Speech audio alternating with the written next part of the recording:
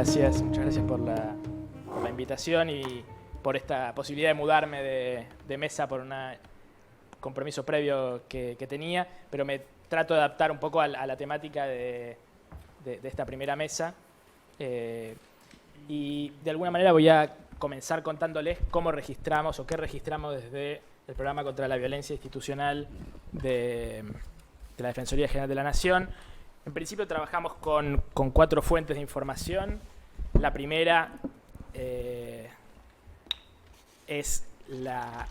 básicamente está basada en una resolución de la Defensora General de hace unos años que instruyó a todos los defensores federales a informarle al programa de toda muerte de sus asistidos en encierro.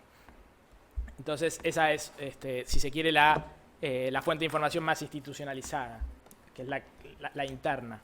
Pero la verdad es que no es la única. Yo mencionaría como segunda la del propio servicio penitenciario, que desde hace un tiempo viene informando de los casos, y la verdad es que lo que nosotros veníamos viendo es que nos enterábamos vía el servicio penitenciario antes que los propios defensores. Entonces lo que hacíamos de hecho era nosotros comunicar a los defensores que su asistido había fallecido, para también trabajar en conjunto sobre la asistencia de las familias, en la entrega del cuerpo, en la explicación de el trámite de autopsias, porque en casi todos los casos de fallecimientos en prisión hay que hacer autopsias, pero bueno, tal vez después le dedico un poco de tiempo a esto. El problema que estamos teniendo, la verdad, con el servicio penitenciario, y comparto lo que decía Ramiro hace un rato, que lo importante en términos de la comunicación, del registro de los casos es la inmediatez, es que el servicio está demorando mucho en comunicarnos los casos. De hecho, justamente como nosotros nos manejamos con 4 fuentes de información, lo que hacemos cada vez que nos enteramos por una vía distinta al servicio penitenciario, le decimos, nos enteramos de este fallecimiento, queremos la confirmación, la información oficial de parte del sistema, de la propia administración, también como una manera de mostrarle, nosotros nos estamos enterando, aunque ustedes lo demoren intencionalmente o por alguna otra cuestión, sepan que nosotros nos enteramos, que igual les vamos a estar molestando y les exigimos que nos manden la información. Nos informan por mail.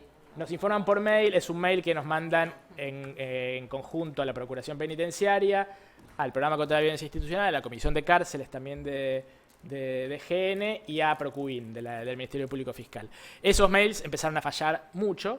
Curiosamente, una hipótesis temporal que uno puede plantear es que de alguna manera uno lo podría ligar temporalmente a la emergencia penitenciaria, en el proceso de la emergencia penitenciaria. Yo alguna vez sospeché que frente a una reunión de la mesa que iba a ser en esa semana, la muerte de esa semana no fueron comunicadas. Es una hipótesis, no tengo, cómo comprobarlo, pero, en términos fácticos, sucedía. Ahora parece estar, hubo algún que otro comunicación de esta semana que volvió a aparecer, pero estamos teniendo problemas en términos de cuándo estamos recibiendo por parte del servicio estas comunicaciones, un tema que nos preocupa mucho.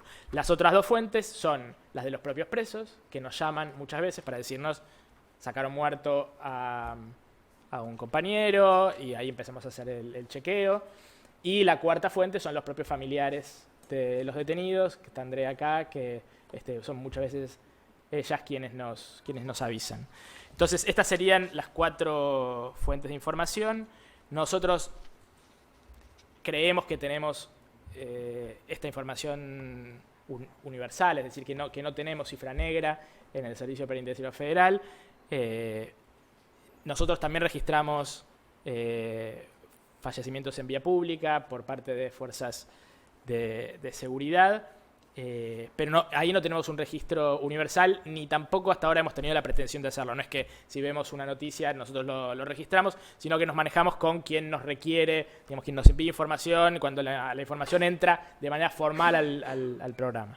O sea, nunca nos hemos planteado un registro universal hasta ahora, por cuestión de prioridades hasta este momento. Pero sí trabajamos mucho el tema de vía pública, pero más bien, diría yo, a demanda. Alguna información porque también es interesante ver qué sale de este registro, muy brevemente, como para poner sobre la mesa. Lo que nosotros también nos estamos planteando, justamente por lo prioritario que hoy es para la Defensoría el asunto de la emergencia penitenciaria, la sobrepoblación, etcétera, nos estamos planteando, y es lo que desde el programa siempre planteamos a la Defensoría General, como para que también Comisión de Cárceles, que es quien está representando a la Defensoría en las mesas de la emergencia penitenciaria y en muchos habeas corpus que se están litigando por condiciones estructurales y por sobrepoblación, lo que nosotros siempre planteamos es pensar la sobrepoblación también como un generador de violencia. Entonces, con esa lógica, cuando estudiamos la violencia, tratamos de verificar qué pasa con, si hay alguna relación con el aumento de la población penitenciaria. Esa es una pregunta que nos estamos haciendo, que no es fácil de responder, pero podemos hacer algún tipo de aproximación. De hecho, cuando uno ve las líneas temporales, comparando aumento de población penitenciaria y aumento de muertes, es mucho más difícil compararlo con torturas, malos tratos, otras formas de violencia institucional en instituciones de encierro, porque ahí uno tiene mucho más problema en términos de universalidad. Entonces dependemos mucho más de la dinámica de las fuentes de información, etcétera. O sea, con las muertes tenemos la certeza de que tenemos todos los casos, y entonces metodológicamente es más fácil de trabajarlo. Entonces, uno cuando ve en los últimos 5 años, uno ve una progresión relativamente similar en términos de aumento de la población penitenciaria y aumento de muertes en las cárceles. Ahora bien, si uno va al dato fino de año por año, en este año que está por terminar, por ejemplo, tenemos un aumento de la población penitenciaria de 7.8 hasta ahora, y de fallecimientos de 9.5. Entonces lo que estamos viendo también es que no van necesariamente iguales, sino que este año subió más, si se quiere, la conflictividad, la violencia en términos muerte, que la propia el aumento de la población penitenciaria. El año anterior, 2018, no fue así. De hecho, las muertes se habían mantenido igual que el año previo, en 42 muertes.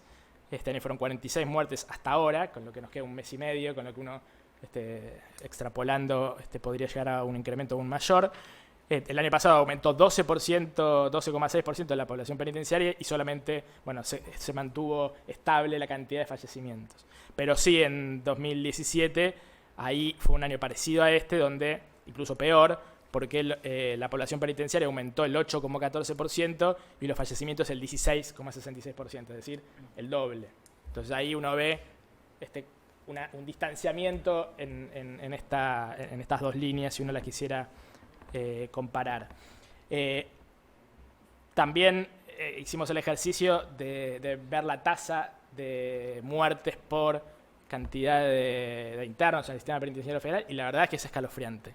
O sea, uno no la suele ver porque estamos en la dinámica, pero este año, en lo que va del año, por cada 313 internos falleció uno.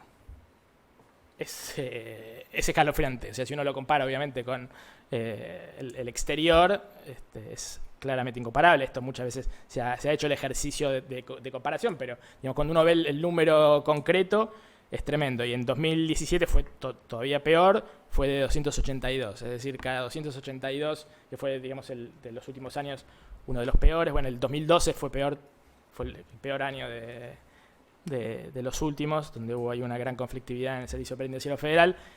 Pero en 2017, 282, o sea, un fallecido cada 282 internos. Lo que estamos viendo, entonces, es este año un gran aumento de las muertes que no son presentadas inicialmente como violentas, como para también salirnos un poco de estas categorizaciones. De hecho, nuestro ejercicio es pensar a todas las muertes en prisión como violentas de alguna manera, digamos, manejando siempre una sospecha de responsabilidad estatal inicialmente. Y de hecho, de esos casos estamos tratando de trabajar, investigarlos, prestarles mucha atención, porque en muchos vemos graves circunstancias de desatención de la salud. Y ahí también volvemos a tratar de problematizar este problema de desatenciones a la salud en el servicio penitenciario, lógicamente con el problema de la sobrepoblación, y de alguna forma la hipótesis que manejamos es como una suerte del colapso del sistema de salud del servicio penitenciario. Hemos llegado, a mí hay un caso que siempre lo menciono porque me impactó mucho, que lo conversamos con Ramiro varias veces, que es un hombre que en el marco de una visita empieza a tener dolor de pecho, que básicamente era una angina de pecho, lo revisan, le hacen los primeros estudios, de hecho lo llevan al cuerpo médico forense, dicen esto es una angina de pecho, hay que urgentemente hacer esto, esto y lo otro. Ese dictamen, de alguna manera, del cuerpo médico forense tardó 10 días en tramitarse. Y obviamente antes de que se le hiciera el estudio del o sea, una angina de pecho es un preinfarto. El hombre estaba teniendo un preinfarto y el sistema penitenciario, con, me parece a mí, grave responsabilidad y del cuerpo médico forense, tardó judicial penitenciario. Por eso hablo del cuerpo médico en este caso. Exacto. O sea, ahí había, digamos, como... Básicamente el papelito tardó en llegar 15 días y el hombre se murió al día 13. No me acuerdo si eran 15 o 12 días, pero o sea, el pobre hombre vivió después del preinfarto más de una semana y nadie atendió cuando tenía el diagnóstico. O sea, ahí es el caso, si se quiere, el sumum, ¿no? de lo ilógico y de la violencia a través de la omisión, aunque casi que uno lo sacaría de la omisión también.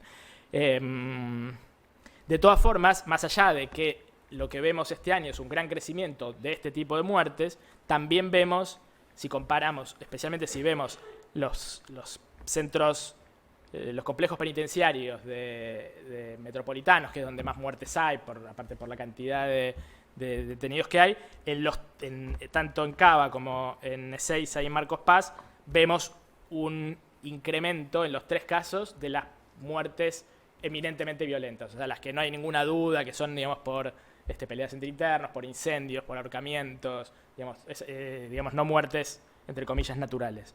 Es decir, que más allá de que hay un incremento de esas otras muertes, estas también subieron en estos 3 complejos penitenciarios, que además son los que nosotros tenemos más cercanos.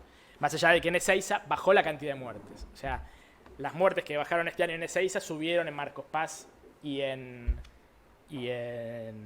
Devoto. Es decir, uno casi que los que aparecen como ecuación. Pero aún en Ezeiza aumentaron las violentas. Es decir, ahí en Ezeiza hubo menos muertes no evidentemente violentas. Como para ir cerrando, ¿qué hacemos nosotros? ¿Qué es, digamos, nuestro mayor grado de asistencia a las víctimas en los casos de fallecimiento? Es básicamente la oferta de poder acceder al sistema de justicia a través del patrocinio, a través de las querellas. Y ahí tenemos hay un criterio de la Defensora General por el cual toda muerte en custodia se debe brindar la asistencia para garantizar el acceso a la justicia, más allá de que en el caso no necesariamente uno encuentre a primera vista evidencias de intervención estatal. O sea, si la persona murió en la cárcel y la familia pide el patrocinio se otorga en el 100% de los casos. De hecho, en buena medida, gracias a los familiares, que son quienes se acercan muchas veces, y también la Procuración Penitenciaria, a los familiares a nuestro programa, en el 25% de estas muertes, de las 46 muertes, se ha dado patrocinio.